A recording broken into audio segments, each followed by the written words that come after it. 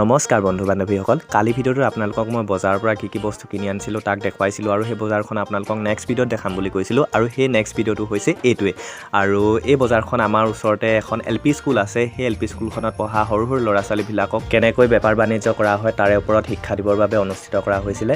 আৰু এইফালে দেখিছে নহয় সৰু সৰু ল'ৰা ছোৱালীবিলাকক কিমান ধুনীয়া লাগিছে। আৰু এই বজাৰখনত হাঁহ কণী, বৰা চাউল, বেতগাঁজ, বিলাহী, ঢেকীয়া, কচু, কুন্দুলি, কলডিল আদি যিয়ে যেনেকৈ পাৰে বিক্ৰী কৰিবলৈ লৈ অনা হৈছিল আৰু এইবিলাক সকলো ঘৰতে হোৱা দেই।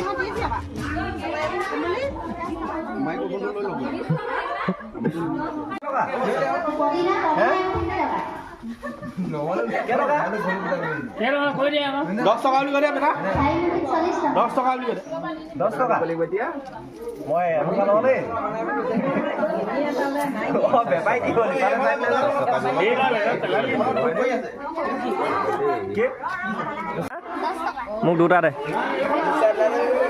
হাঁহ কণী দুটা দে, পইচা ল,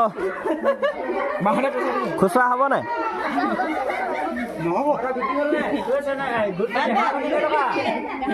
আপুনি কি কি ল'লে বাইদেউ?